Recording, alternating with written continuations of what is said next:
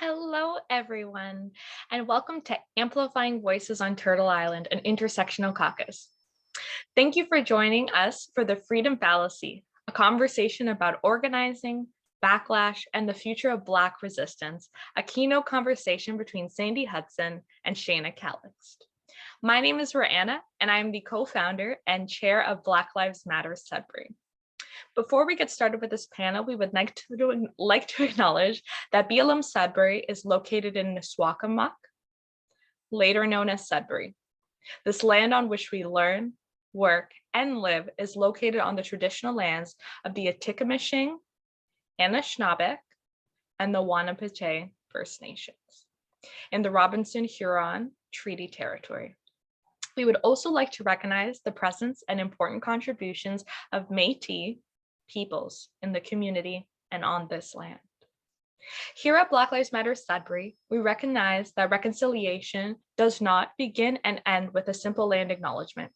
We must work to actively decolonize spaces and uplift Indigenous ways of learning and knowing.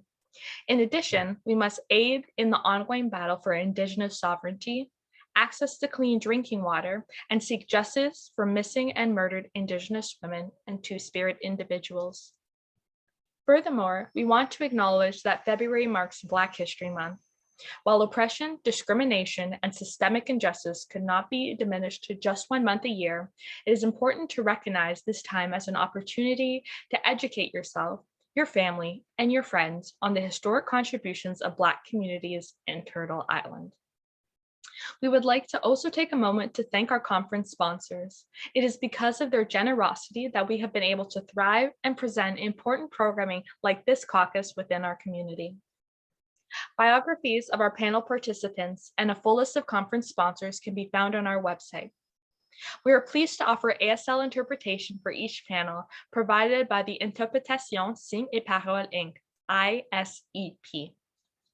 Following this panel, all attendees will receive a feedback survey that can be filled out for a chance to win a prize pack, items including the caucus logo designed by Raven Debaski. This logo expresses the power and connection among marginalized individuals across Turtle Island. The art depicts the interconnection between humanity and nature. The woodland stylization and vivid colors aims to celebrate the solidarity among Indigenous and Black communities. Our moderator for this panel is Shana Calixte, Director of Community Relations and board member of Black Lives Matter Sudbury. Our keynote guest is Sandy Hudson, co-founder of Black Lives Matter Canada. Welcome, everyone. Thank you for your participation. And without further ado, here is our moderator, Shana Calixte. Thank you so much, Rihanna, and welcome everyone to this amazing conversation we're going to have today called The Freedom Fallacy, a conversation about organizing, backlash, and the future of Black resistance. I'm very excited to be here with Sandy Hudson. Sandy is the founder of the Black Lives Matter movement presence in Canada. Sandy also helped to found the Black Legal Action Center, a specialty legal aid clinic which provides direct legal services and test case litigation for Black communities in Ontario. Currently studying law at UCLA with a specialization in critical race theory, Sandy also co-hosts the Sandy and Nora Talk podcasts, Talk Politics podcast, and is a producer on the forthcoming CBC 8-episode documentary series about Black history in Canada. A committed abolitionist, Sandy is a best-selling author and editor of the contributed volume, Until We Are Free, Reflections on Black Lives Matter in Canada. Welcome so much, Sandy, and thank you so much for being here with us today. Thank you for having me. Such a pleasure to join you, Shana. And I just want to foremost start off by saying that I am joining you all today from a place called Tovangar, which is the traditional territories of the Tongva people of the Los Angeles Basin, which has been colonized as Los Angeles and is probably how you know this place. But as Rihanna so beautifully told us, there is ways that we should be thinking about how we come to be where we are. And if we are engaged in work to end injustice, we can't do that work without recognizing how we come to be where we are.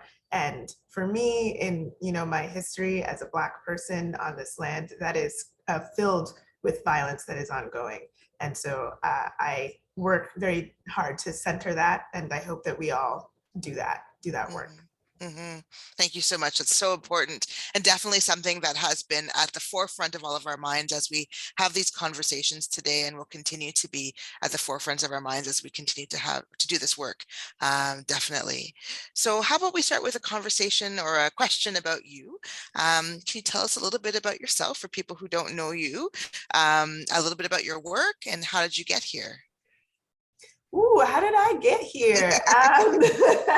A little bit about myself.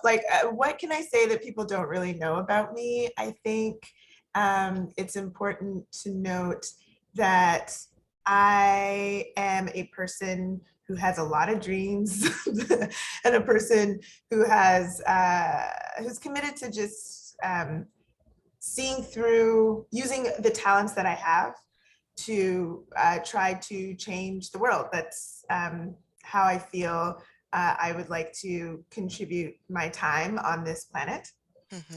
And how I come to be here, I think it's like through a series of accidents, a little bit. When I went to post-secondary education, I expected to come out and be a computer scientist, a software engineer. As a daughter of immigrants, I needed to do a good practical science-based program to make sure that I was contributing to my family in all the ways that I could. And I didn't know much about post-secondary education because I was the first in my family to attend. And I didn't realize that the program that I had chosen was there was one set of tuition fees to begin, and then a second set of tuition fees that increased almost by triple for the second year. And so all of a sudden I was priced out. And at the same time, I was working 3 jobs because I couldn't afford to go to school, and I had taken out the maximum amount of loans, and things were really difficult. And it was at that moment that I think, while I had always had an orientation towards social justice, I really started to open up my consciousness and understand my place in the world as connected to a whole bunch of systems and institutions that were made to make me fail. And so I went to look for help from my students union, who had no scholarships like I was looking for, scholarships or grants, but they were planning a rally. And I was like, okay, weird. And went to some organizing meetings and thought to myself, well, school is not working out for me, but this organizing thing, I really want to learn how to do that, because I want to change this situation so that other students who are like me don't have to go through that. And in learning about that, really broke open my consciousness in learning about race and white supremacy and patriarchy and capitalism and all of these systems. And I really spent my 7 years of undergraduate education focusing on teaching myself about those particular issues, because I think that that was the learning that I was really meant to do. And that led me to later on using that knowledge to build Black Lives Matter, the Black Legal Action Center, and all sorts of different organizations that I've been a part of assisting coming to be in the world. In addition, I'm a little bit of an artist. I grew up in choirs, and I love doing art. And I think that that has been imbued into all of the activism work that I do. I think that art really helps us to imagine a new world, and it brings the joy into shifting the awful situations we find ourselves in, because I think that joy is really necessary to keep doing this work that can feel really depressing. It can feel like death work. It is death work, in fact.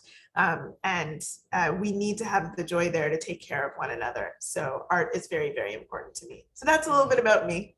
Awesome. Well, it's interesting you mentioned that. Our last panel was about art and activism, and some of those themes about, finding that space and finding that joy, as you're talking about, were definitely threads to that conversation. So it's really great to hear you to say about how that's impacted your life as well. Could you talk a little bit about the founding of the Black Lives Matter movement and what that was like for you? Sure. I mean, for me, I think the origin story starts at this point in 2014, where we hear about Michael Brown being murdered by Officer Darren Wilson in Ferguson, Missouri. Just a little bit before that, Jermaine Carby, a Black man from Brampton, Ontario, was killed by Officer Ryan Reed by the Peel Police.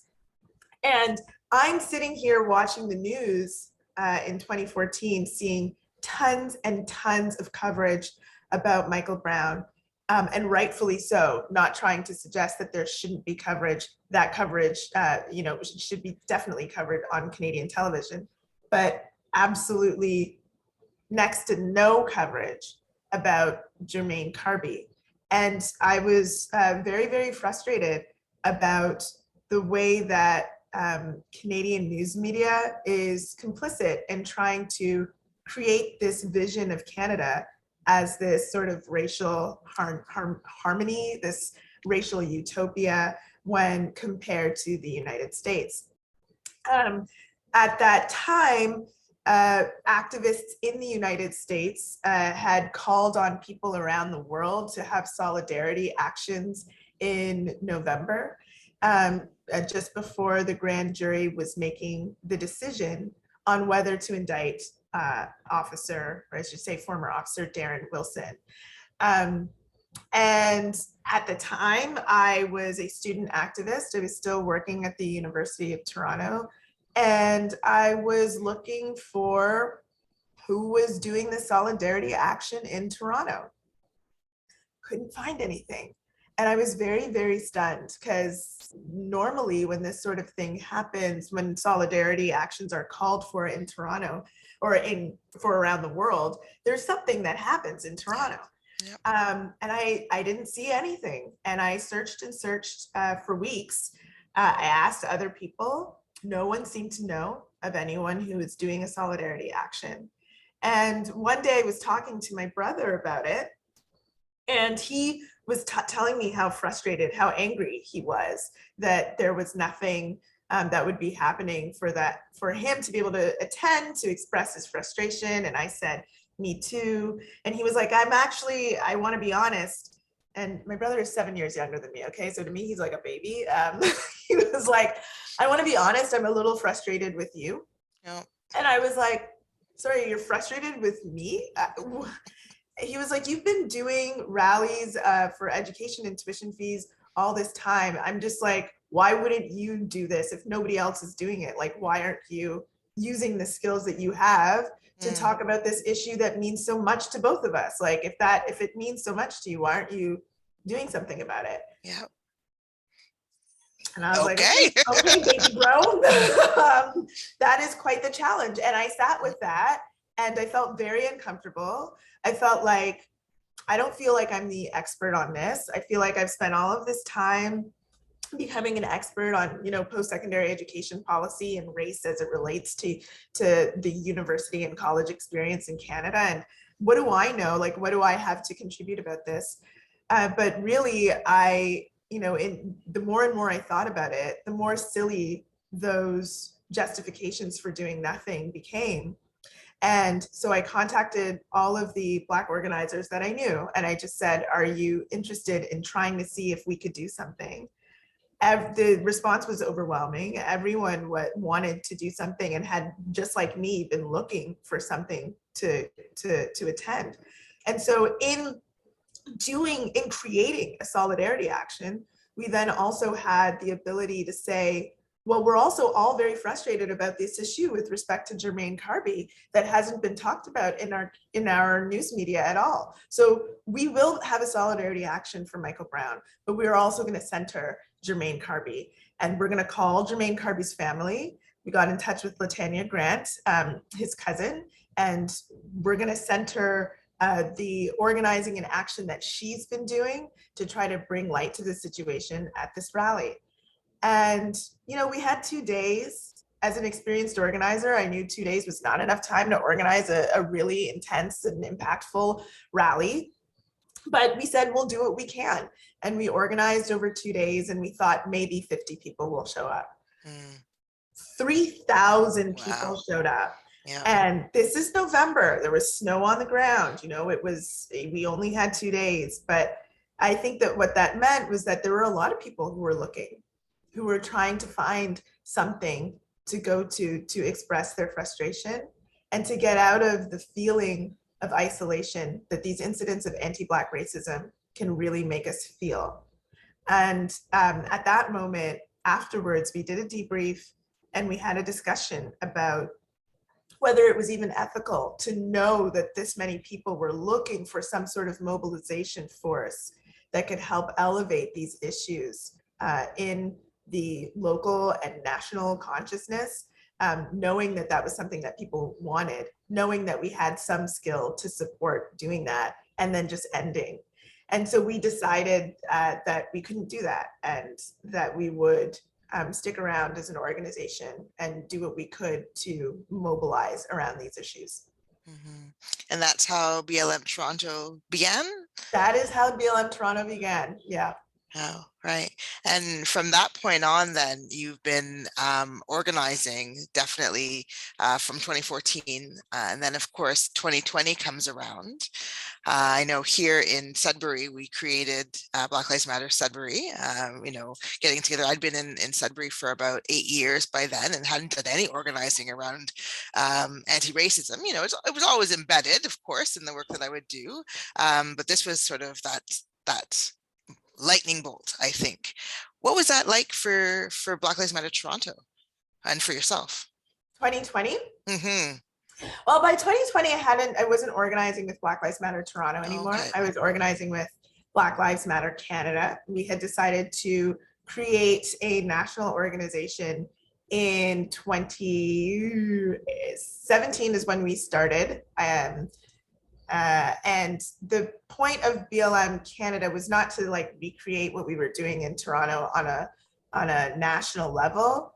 The point was to try to support all of these other organizations we saw cropping up, like BLM Sudbury, from BLM Vancouver to BLM Newfoundland and Labrador, so that they wouldn't have to struggle through the things that we struggled through.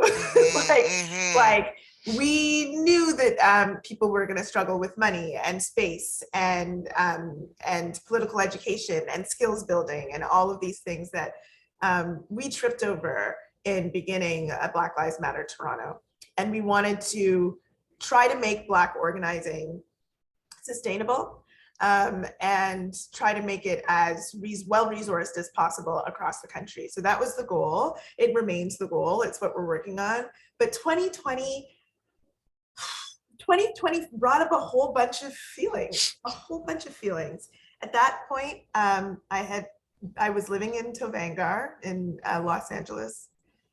And it was devastating to see these incidents talked about and brought up at a time when, we're in a pandemic, and it felt like there should be no news. There should be no other news than how, what is happening with the pandemic. How is it that in addition to the pandemic, the only other big thing that's happening is the continued destruction of Black life? And that felt really, I felt like, I remember, lying on the couch for a while and feeling like I couldn't do anything. And at the same time, as I was seeing more and more people talking about anti-Black racism than ever before, and more action. I mean, we tracked it in Canada. We had some researchers track it.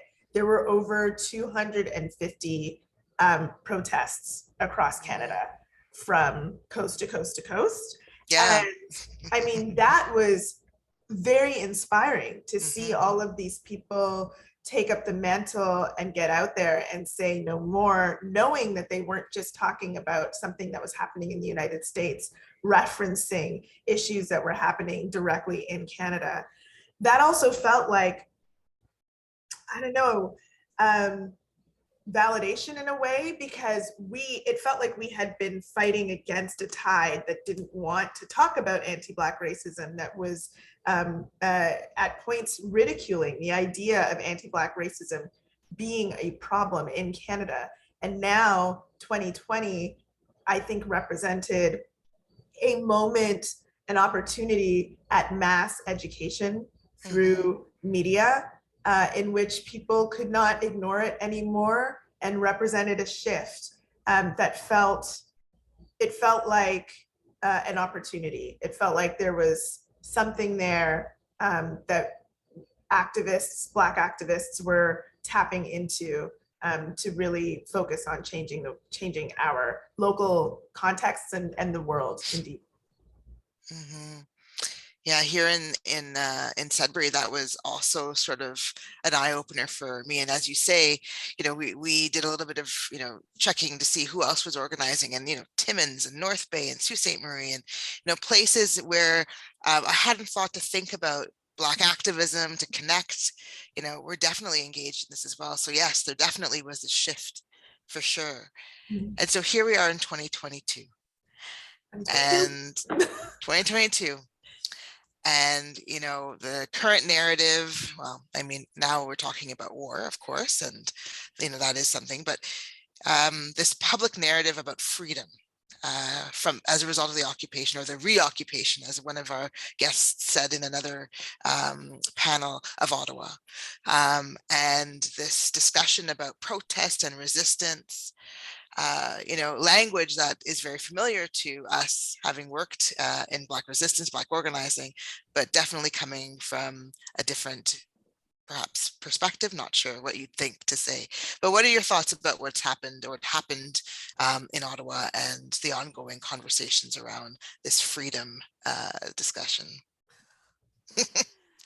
As you know, Shana, I have many, many thoughts about this. And I mean, I could take up the whole panel on my thoughts.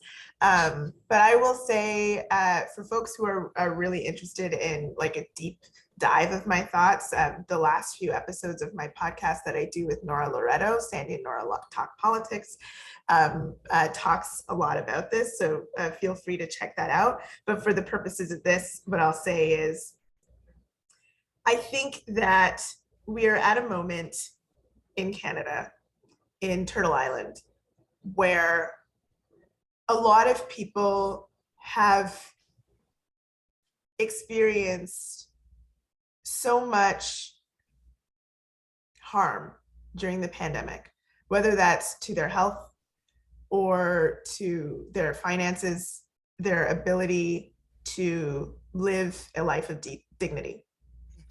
And governments have absolutely abandoned people through what they need, and I think what has happened with respect to the convoy is that some very clever white supremacists have capitalized on that frustration that a lot of people are feeling, and have given them a place to put that frustration. I think it is a failing of the left that we have not, there is no organization, there is no movement that comes from the left that is saying, yes, the government failed us, and here is how the government failed us. They failed us with respect to housing. How many people were priced out of their places because of having to continue to pay rent, even though they may not have been able to work at their jobs? How many people have lost their small businesses? How many people have lost family members, especially Black folks, have lost family members to not only the disease itself, but also people who have been working in long-term care. It's just, it's really troubling that there hasn't been a place to explain that for folks, and to place frustration and righteous anger at the way that we've been abandoned on the left. There's no easy place. Most of what the left has been talking about has been to support measures like the measures that rightfully were implemented to try to protect us. But we needed to do more than that, and we failed in doing that. And so when there's only one thing available, which is like these really clever white supremacists who use this really amorphous kind of like, this is about freedom. This is about, you living a good life, like a life of dignity. That sounds good, Yeah. And I think a lot of people joined up with that and relate to that. And I think that that's quite dangerous, because it offers these clever white supremacists a really unforeseen organizing opportunity to get more people behind what their real motivations, what their real goals might be, through anger at our collective current situation. And last night I was listening to a little bit of your Twitter space that you had with Nora, and you talked about the response to the convoy and the use of the Emergencies Act. And I was wondering if you could share a little bit about that. I invite people to go and listen to that. I think it was recorded, but would you be able to give us a little taste of that? And because your thoughts are extremely, I was really intrigued by the conversation, right? Because you were saying that there have been responses from others around the use, and that you had disagreement with the way in which people have responded for that. So around that. So I'm wondering if you could talk a bit about that. Yeah, I deeply, deeply, deeply disagree with the implementation of the Emergencies Act. I cannot say enough how dangerous I think what has happened is. One, I think that a reliance on policing is almost always a Band-Aid solution for a bigger problem that requires deeper solutions. And the bigger problem that requires deeper solutions is what I just referred to, that you can't solve this problem easily. There's no simple fix. Yeah. Saying, wiping away these people is not going to solve the problem. People are struggling right now as a result of the economic situation and public health situation and social situation that we all find ourselves in Turtle Island. And there is no quick fix for that. They have to provide supports for the basic human needs that people have. The Emergencies Act was not implemented for the ongoing issues of fuel in the water in Iqaluit. It was not implemented for the ongoing issues of access to water for Indigenous communities all over Turtle Island. It was not implemented for a pandemic in which 36,000 people died. Yes. Okay, but it was implemented for these rallies where the police didn't do anything, because as we found out afterwards through news stories, many of the police do support what is happening with this convoy. They didn't need to implement the Emergencies Act in order to do what the police did to clear the area. But what implementing the Emergencies Act does is provide a lot more power to the police. In listening to the government explain why they were implementing it, they said that they were implementing it on the advice of the associations of the chiefs of police, which are political bodies. A lot of people haven't been talking about, perhaps because they don't know, the fact that the province of Ontario did not repeal all of the powers, the additional powers that they gave to police, even though the Emergencies Act has been repealed. What is that going to mean for people who are fighting against injustice to Black and Indigenous communities who don't get police just saying, man, this is too dangerous for us to do anything about.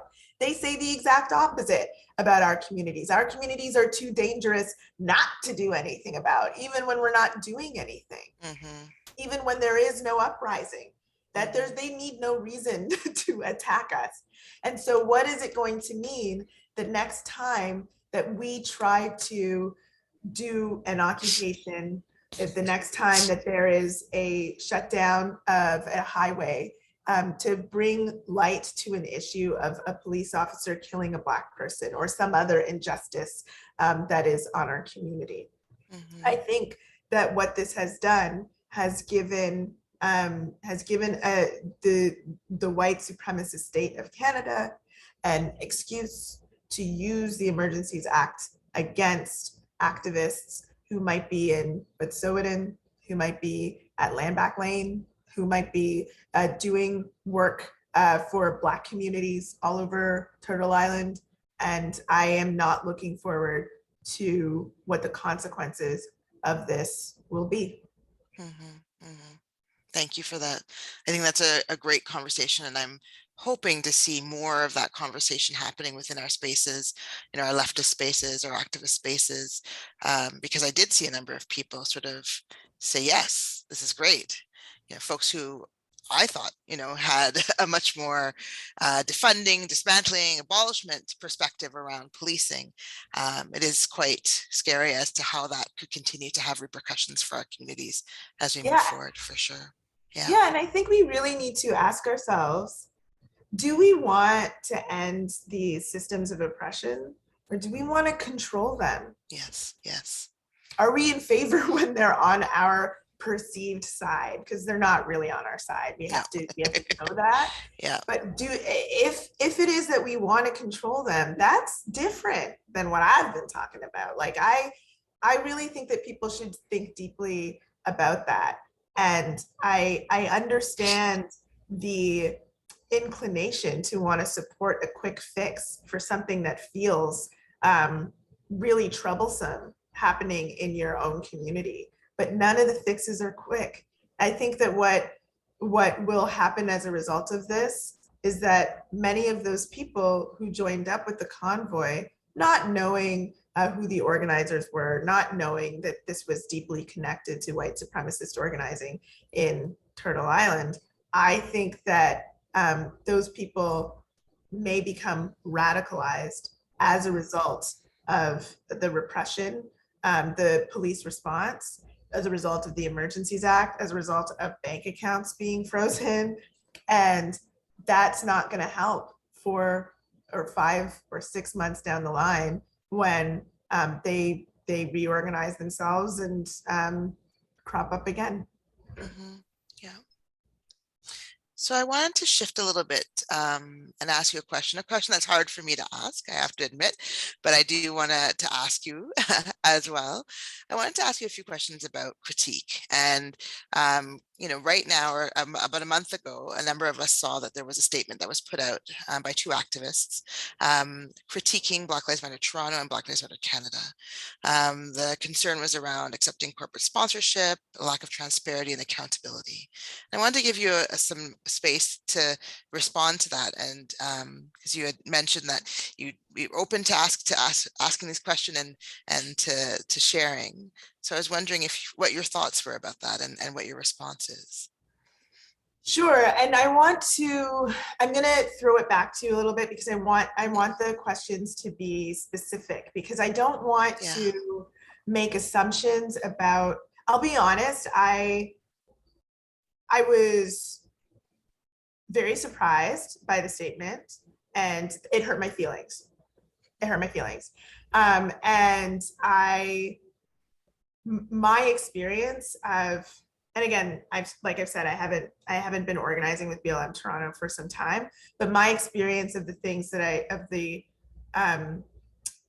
things that were referenced in the statement that I know they don't align. And so but I do think that it's important to have difficult conversations. I think it's really critical to do that. And so I'm going to ask you to ask me more specific questions Yeah, about, for sure. about what was in there. Yeah. Yeah, and actually, less about specificity and more about this general idea around accountability. You know, as activists, specifically Black activists, who are we accountable to? So there's a lot of conversations around that, about social accountability. And this is not a new conversation, right? For those of us who have been organizing, there have been a number of ways in which we've been asked to be accountable to each other, to other organizations and what have you. But what are your thoughts about that idea around accountability? Because that is actually one of the, I think, the linchpins of the conversation in that statement, was that the two folks who had called you out did not feel that you were being accountable to Black communities. Yeah, that's such a good question. The idea of accountability and transparency. See, Yes. I have some nuanced thought on this that may be provocative, and so here we go. Okay, I'm ready for it. But number one is that I think that the statement did not make clear, or the statement suggested that we were not in relation with a number of other Black folks, that we were like, there were 4 people on their own making decisions without a care of anyone else. And I don't know, that is not the case. There are a number of chapters across Canada that we have been supporting in the ways that we can, and hoping to get feedback, and have been getting feedback from Vancouver all the way to St. John's, Newfoundland and Labrador. So that's one, is that there are a number of chapters. And I think that as an organization that is meant to try to create sustainability and resources for Black organizing across Canada, I think that those organizations are who we need to be accountable to. I think that the families who we are in connection with and supporting need to we are required to be accountable to them. I think that we have a fellowship program where there are a number of artists who are working on Activism work and we are supporting. I believe that we are accountable to them. We also have staff, which I don't know that people know, but we do have staff, and I believe that we are accountable to them. Now, when it comes to accountability and transparency, I think that that is something that especially people who come from, say, the student movement world or the union world, think that it is transferable to grassroots organizing, and I disagree. I think that if you are, and now I want to also make a caveat that this does not apply to BLM Canada, because we are an official charity with the government of Canada, and so are required to publish our finances and to publish what we have been up to, and we've done that. So that's a caveat. But for the grassroots groups, groups like BLM Sudbury, perhaps groups who like BLM Toronto, if you're a radical organization and you are opposed to the state, I think you have to be very careful about what you share publicly. And I think that the people who deserve accountability and transparency there are the people who have taken the risk to come together and be in relationship with one another through a complicated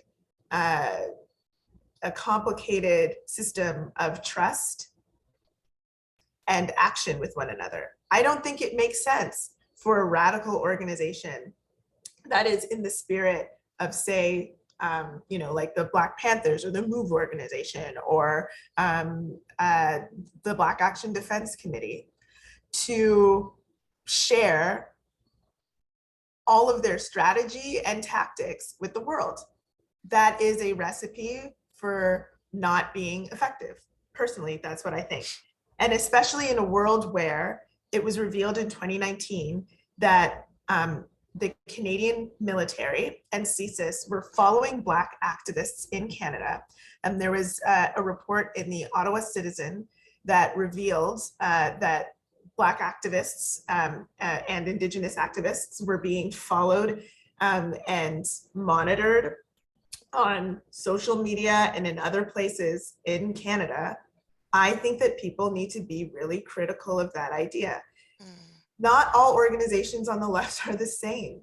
Some not for profits, it makes sense. Just like the Black Legal Action Center, for example, it makes sense to expect a level of transparency and accountability in which you can inspect the books, for example. But for organizations that are not even incorporated and are doing radical work on the ground, that includes things like shutting down roads, that includes things like occupations, that includes direct action work, I do not believe that those organizations owe anyone, except for themselves, the people who are taking the risk, that sort of, that level of transparency and accountability, the same as a government or the same as a not-for-profit organization that has a lot of staff. I think that that doesn't make sense. And that's a conversation I think that we haven't really had from the left. Most I think definitely. there's this assumption that, like, you know, transparency is one of our tenets. Like we agree about the principle of transparency and accountability. I don't actually think those are principles. I think that those are tactics of how we relate to a community. And if you're a radical organization, I think that you relate differently than an organization that's a not-for-profit. And I think we cannot collapse them in being the same thing. That's a hard conversation. It's a difficult position to stake, but I'm staking that conversation. I'm staking that position. And if people want to argue, like, I'm open to the argument. Yeah. I know why people want things to be accountable and transparent and to feel ownership over these groups, because they mean so much to us. But if you're taking a different level of risk, I'm sorry, I truly, my position, until it is changed through argument and debate, is that you know, people don't owe that level of transparency and accountability in radical organizations. Thank you for that. I appreciate that. And, you know, it'll give me something to think about a little bit more, because we've had these conversations ourselves at Black Lives Matter Sudbury. And as a result, it's sort of a little bit of a segue to another topic that you have brought up in my mind, is around being critiqued. And so I was wondering what it's like to be critiqued. I've been critiqued and called out by name by other leftists in this city. And you know, we talked a little bit about that before this event, about, you know, this idea of critiquing critique. And I was wondering if you could speak a little bit about that, about, maybe that was a little bit of a rough segue, but anyhow, if you could talk a little bit about that idea of critique, right? And that, you know, now it seems that there is quite a bit of critique of each other in as we organize, and what does that mean? And how do we move through that? Okay, critique is essential. Critique is how we become better organizers. Critique is how we create a better orientation to the world and shift the world in a good way. And I think about all of the moments that I feel like are the most impactful, where I feel like I've shifted or learned the most, or really came into like a deeper level of consciousness. It was often centered around a really uncomfortable moment of critique, where someone was saying, "You got it wrong, Sandy." And I'm like, "No, I don't." And we're arguing, and then opening up my mind to thinking of something new. Where I think we have a problem with this is that I think that critique has become like for a lot of people, the thing that we do. It's devoid of action. It's not connected to trying to make something better. It's actually connected in a lot of ways to trying to either end something, or to shun something, or to create a vision of ourselves for people based off of our critique of something else.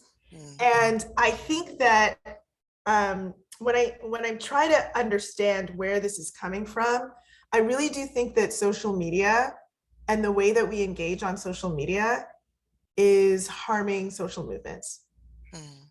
I think when I think back to, say, like a pre-2014 world, maybe even before that, a pre-2012 world, let's say, the critique and debate, like, it never really stopped. If I said, if I called out Shana and said, you know, Shana, you got this wrong, and you know, this is, your orientation is capitalist, even if I said it in the most awful of terms, you would respond, and I would be forced to listen to you respond, and then we would have a debate. And in some ways, whether intentionally or not, the principle underlying that debate, the talking back to one another, is that a belief that you have something to contribute, that I may not have it all. So I'm going to say something to you because I want to hear back from you what you have to say. There is a respect. There is a commitment to seeing the humanity on the other side, to having a difficult conversation. And I believe that those things make us better. I think that social media, the way that social media operates, one, places like Twitter, places like Facebook, the algorithms are created to inspire conflict.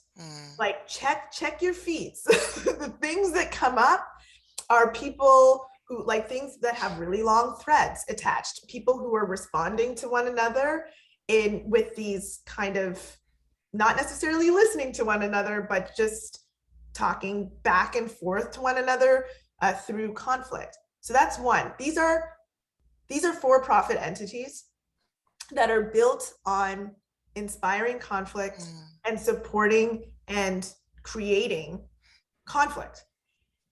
Two is that, like, these are giant bulletin boards. And so what we are doing when we're, say, calling someone out on Twitter, or like engaging in some sort of conflict on Twitter, is we're putting up a bulletin board that says, I, Sandy, believe that Shana is bad for these reasons. And am I going to stick around to let Shana respond in the way that I think that if we are, as people on the left, if we're engaged in trying to create a better world, like, we have an obligation to be in conversation with one another. These platforms don't support sticking around to have a conversation through something difficult. And so what that has done is really collapsed how we critique everything. You critique Justin Trudeau, it looks the same as you critiquing Shana, who might have, you know, done something that you strategically or tactically disagree with. But Shana does not have the same sort of power to harm people as Justin Trudeau. And if your critique of people who are running government systems looks the same as your critique of people who are literally doing everything that they can, whether they have all of the knowledge, have read all the things or not, just doing what they can, then I think that we've got a problem. I truly believe that we don't have enough resources to waste, including the resources of people and minds who are trying to be engaged in this struggle, for which no one has all of the answers. Otherwise, we would have already brought forth the world of justice that we were all fighting for. I think that it is critical that we commit to having these conversations with one another, even if we end up disagreeing. And I think that we harm one another, and we harm movements, and we demobilize one another, because it becomes exhausting to try to correct something that has been put out that may not align with your experience, that may not align with, or maybe it's a debate that is not complete. Like, hey, there's something to say here. I think that we should have an orientation to critique and debate that respects that I don't have all the answers. And so I'm opening up a conversation with you, and respect that you may have something to tell me, and that is open to shifting and changing. And I think that also we need to really get past the idea that critique itself is activism. Yes. It's not. It's a Yes. part of making activism better. We've got to do more than just critique. We have to do work. And that critique should be strategic. This critique should lend us to do more work. Everyone around the table. The critique should lend everyone around the table to do more work. That's what I believe. Yes, thank you very much. And I know that a number of us will be talking about this for a while to say yes, what Sandy said, yes. We are going to take some questions. I know that the folks are ready for questions, but I just want to ask you one last question, and it's about the future of Black political resistance. You know, I started off my activism career in what we now call Ottawa. I spent 10 years in Toronto doing, queer organizing and feminist organizing, anti-war organizing. And then I've moved here now in the North, which is a very different space than those two spaces previously. And, my understanding of Black political resistance, therefore, has shifted a little bit. But I'm wondering for you, when you think about the future of Black political resistance or Black organizing, future of Black organizing, what does it look like to you? And do you have any thoughts about what that could look like in a more rural or northern space, as I find myself, but a number of our viewers probably also find themselves? I mean, as someone who hasn't lived in a rural northern space, I don't know that I can come up with what that would look like for you. But what I think I can offer to that is that I've been thinking about my own orientation and where I want to contribute. Most of my activism has been on the ground work and media work. So people have seen me and they know that that's the work that I do. There might be an assumption that I'm moving to, do more legal work. I'm not. I really hate lawyering work. Like, I'm not going to be a lawyer. Like, it really sucks. And it's not for me. But the knowledge that I have, I think, coming from going to law school is helpful. And I want to be able to use that knowledge while also staying true to myself as an artist. And so where I think that leaves me and how I'm going to contribute to what the future of organizing looks like, I think, is as a teacher. I think I really, and not necessarily like a job as a teacher, but I think that a lot of my, what I want to focus on moving forward is to take all of the skills that I have, and I have a lot. I do. I don't want to be falsely modest about this. I have a lot of skills, and I want to make sure as many people as possible get those from me. Like, I want to teach people how to do what we did, whether back in the student movement, when I was doing anti-war stuff as well, and all of the BLM Toronto stuff that we did. I want to be able to make sure that those sorts of skills don't just get lost in a person who becomes exhausted later as she grows older. I want to do as much teaching as possible.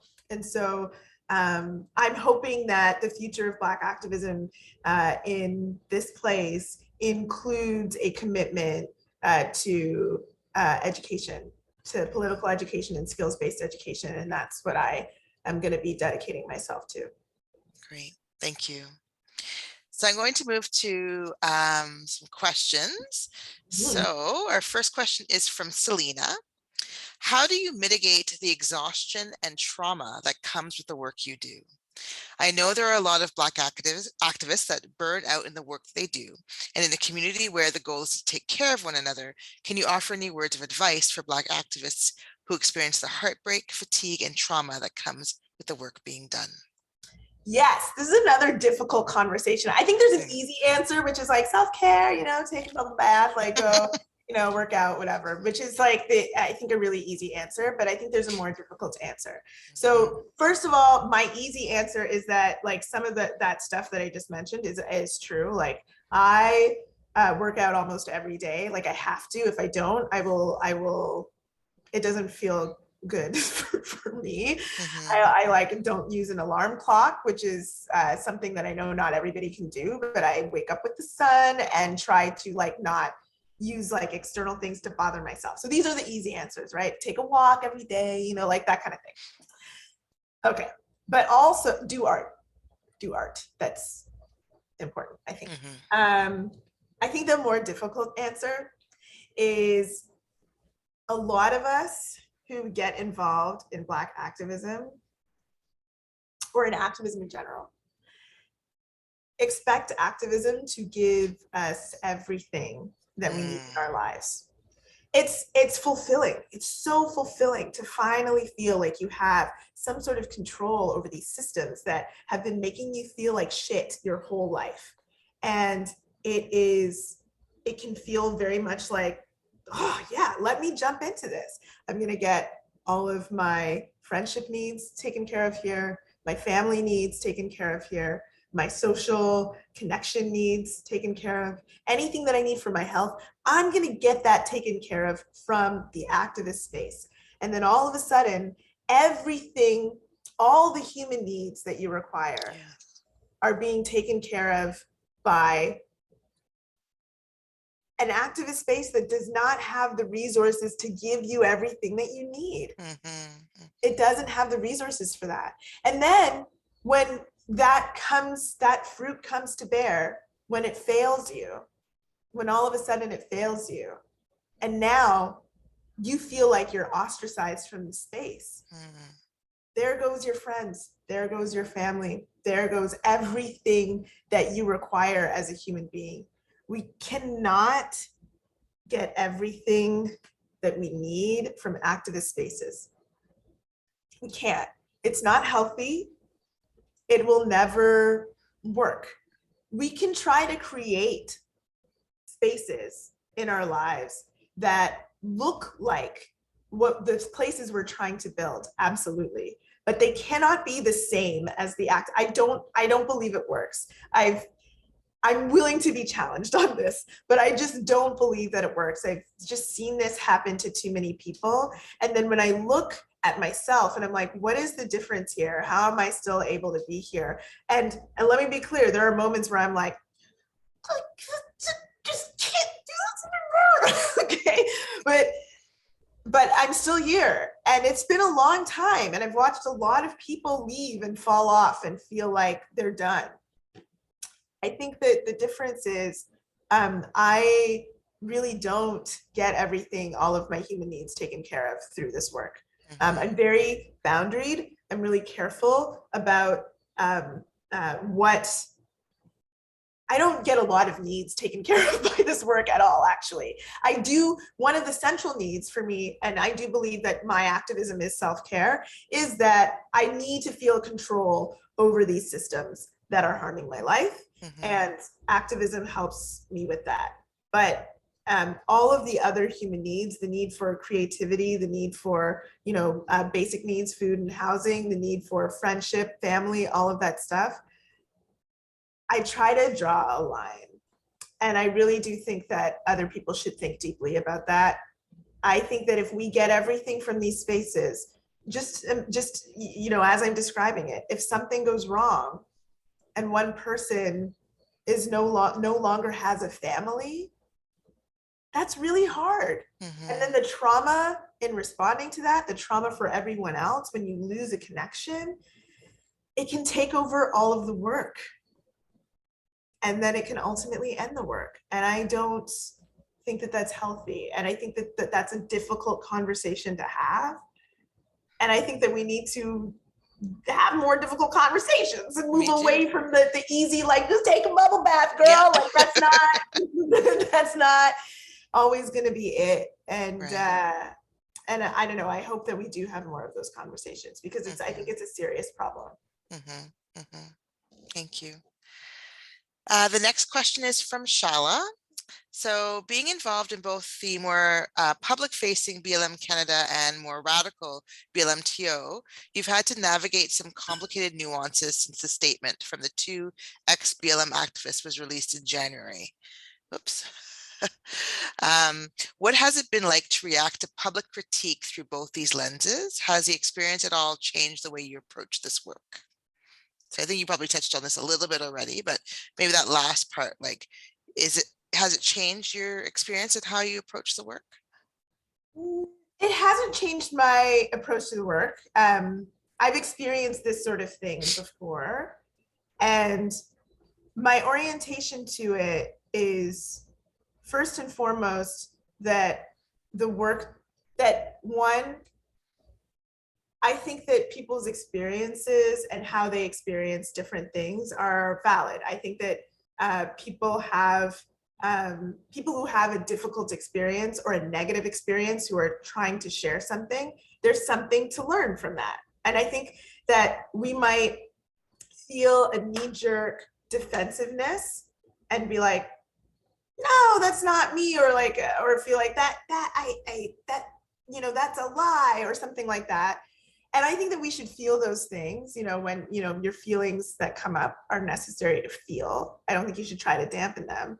But I do think after one, that we shouldn't respond in the feelings. Mm-hmm.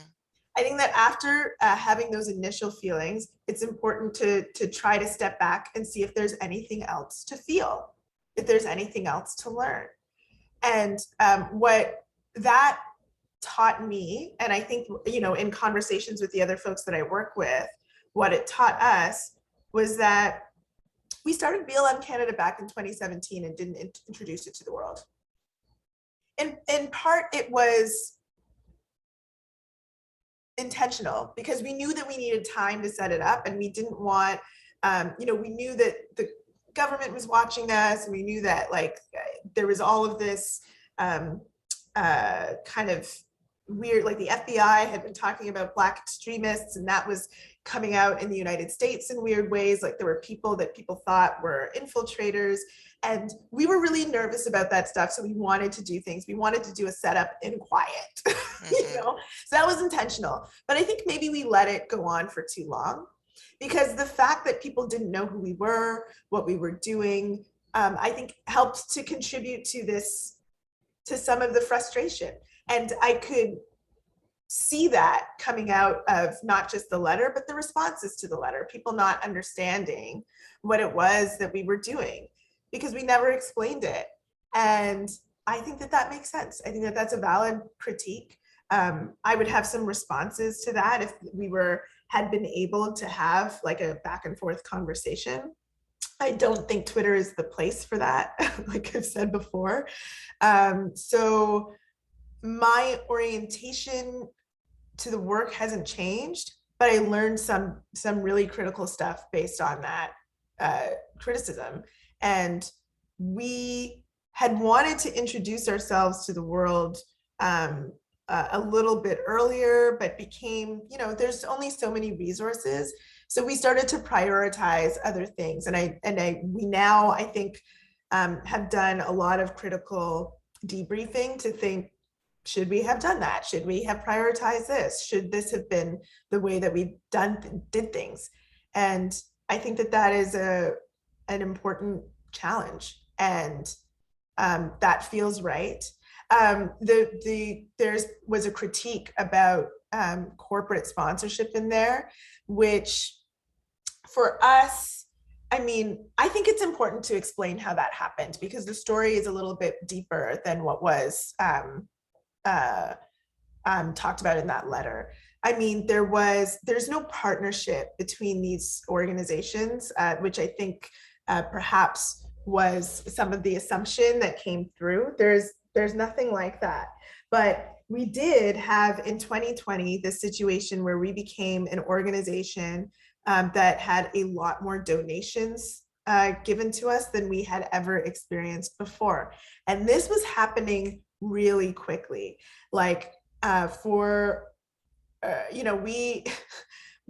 It used to be that the only way you could donate to us was like through this weird credit card system online or through e-transfers. And when I tell you we got more e-transfers than we ever had, there was a period of time in the summer of 2020 where all of us and our family members were just sitting, because we didn't have automatic acceptance of e-transfers. We were just sitting day and night trying to accept all of the e-transfers. And then we got requests from organizations like, and I'm going to be really clear, it wasn't Jeff Bezos getting on the phone. It was the like Amazon Prime Canada Black programming group within Amazon. So the issue is like we have a group of Black staff who are working for an organization who have organized to get $50,000 to a group that they feel connected to. And then the question was, and we argued about it internally, do we accept this money? And we argued back and forth. It was like, it took us like, I think 3 weeks to come to what we ultimately agreed to do, which was we will take this money, direct it directly to families, because at that point we had been supporting the housing of some families that we were working with who had experienced police violence. We will put it directly to families so that it's not something that we're working with. We're supporting this housing. We only had so much to continue to support these folks. So here was an opportunity to allow us to do it for longer. Okay, so we'll do that. And then immediately afterwards, we started working on a ethical fundraising policy because this had never been an issue for us. It had never come up. And then we worked for months to try to put together a fundraising policy that would help guide us when we got these sorts of requests in the future. We simply didn't have it figured out beforehand because we never saw ourselves as being the type of organization that people like, Amazon Prime Canada Black organizing group would donate to. Right. And that's what we did. I don't know if that's the right answer. I don't know if that was the right thing, but I can tell you that we argued and debated about it for a very long time.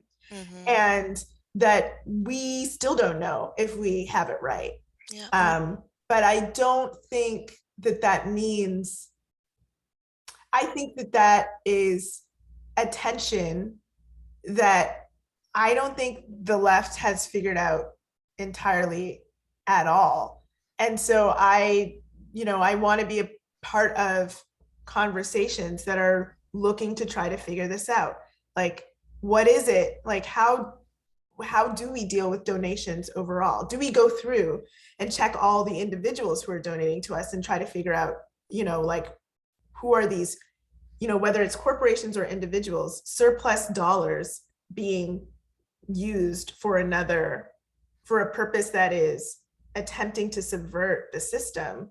I mean, what is the line, I think, is the question. And that is what we argued about internally for a really long time. And I don't know that we have the answer, but we have some guidelines now about how we will deal with that in the future. Thank you. We have time for probably 1 or 2 more questions. So a question from Anik. First, I say, Sandy and Shana, this is fantastic. Sandy, you spoke of your activism on student fees and access to post-secondary education. Can you speak to your perspective on economic and social class, how it intersects with other oppressions, and how can allies of BIPOC folks support work on the issues of class and poverty? Yeah, I think that for whatever reason, we are really resistant to talking about class or naming class and poverty specifically. And I don't know what that is. I mean, I know that there has been, conversations in the past about, is it class or is it race, which I think is like such an unhelpful conversation. It's like, yes, duh. Like, the answer is yes. Like, I don't think it's a very helpful binary. Like, all of these things, like, are obviously impacting all of us. But I do think that we do need to have a more of a critique around, like, we need to be better at talking about class and poverty. We often reference poverty as if it's something over there, something that other people are experiencing, and that we have to work for poverty. We don't talk about it as something that we're experiencing. And the other thing that's hard, I think, is that people who experience poverty, it's a very isolating experience, much like people who experience racism or anti-Black racism. And there is no like identity around it. There is no, let's get together and organize as a group of people who are impoverished. As someone who grew up in poverty, in situations where, you know, like at some of the worst times, we were eating like rice and ketchup as a meal, you know, like I can't imagine, my parents have never identified as like, let's go join a group of people who are in poverty and talk of, like, there's a lot of shame that we haven't as a society worked through to make sure that we can organize as people who experience poverty. And I think that we can see that in even the responses to things that happened during the pandemic. I am stunned that the student movement during the pandemic didn't use that as a moment to be like, eliminate tuition fees. Yes, exactly. Absolutely. Right the fuck now. Right? I am stunned. 2 hours on Zoom is not what I paid for. Yeah. Yeah, you know what I mean? Like, I am stunned that we don't have the sophistication to have those conversations about people who are living in poverty and are going to school, people who are living in poverty and you know, can't pay rent. We always have these conversations like really separately.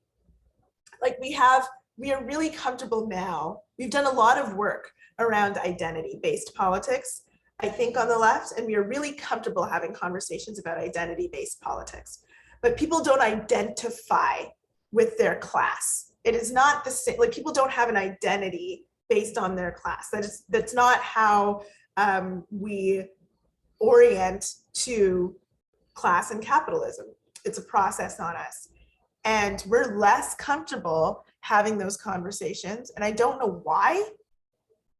I think that shame is a part of it, but I think there must be something more. Like I haven't thought, I really should probably like just take some weeks to deeply think about it and figure it out. But I see it as a problem. I see it as a huge problem, and it's confusing because it seems obvious that it should be much like race, much like patriarchy. One of our central critiques is critiquing capitalism. I think that, you know, there is a generational shift that's happening though, where Gen Z seems to be more interested in talking about capitalism than my own generation of elder millennials did. But I still think that it hasn't been, there's something different about the way that we relate to class. This isn't universal, it's not everywhere. Like I think that especially in, say, South America, the movements around class are way more sophisticated, but I don't know what it is.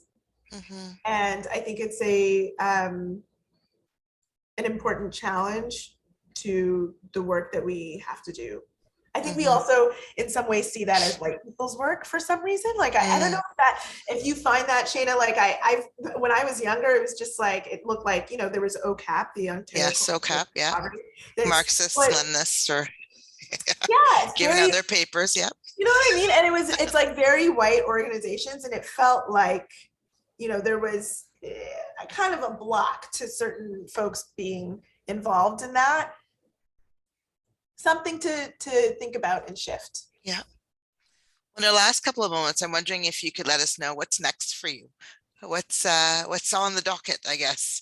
Well, one, I'm going to finish school, and I want you all to promise me the next time I say that I'm going to school that you're going to stop me, because it's like, I could have told you it's a trap. It's a trap. It's a trap.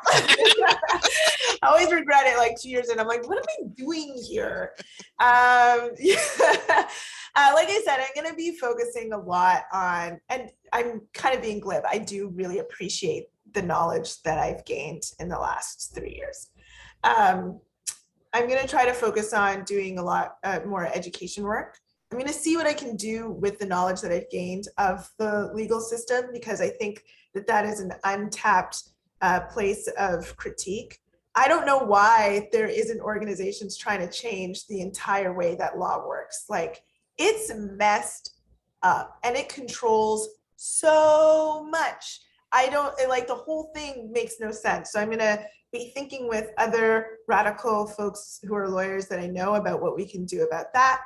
And I'm really, really excited to be working on this documentary project, trying to unearth Black history in Canada. Mhm. And I think that that is a place where I can put a lot of my art. So I'll see if I like it, I'm going to keep doing more of that sort of art-based culture work. Mhm. Great. Well, thank you so much for spending this time with us today, and for going through those questions with me, and providing some really honest and frank discussions and responses. I really appreciate it. It's been so wonderful. I am honored to have been able to have this chat with you, and I thank you again so much for being here with us and for being part of this caucus. Well, listen, I also want to thank you all for being so committed to having the difficult conversation. So many people see this stuff and then they like pick sides and then they're like, that's it, like it's over. There's no conversation. And it's this difficult, like, let's wade through some really awkward questions and conversations that I think pushes the left forward. And I want us to win. I believe we can win. And I think that we are all important. Like, I think we are all necessary to the struggle. And it's a brave thing to do. And so I really, I want to thank you for doing that work and really honor and uplift what you folks have been doing here. Thank you. Thank you. Thank you, Sandy. Rana, over to you. Thank you so much, Shana and Sandy, for cultivating such an interesting discussion. I sincerely hope that everyone enjoyed themselves. And I agree, education is a scam. Institutions are a scam. I'm just going to add someone doing her PhD, a scam.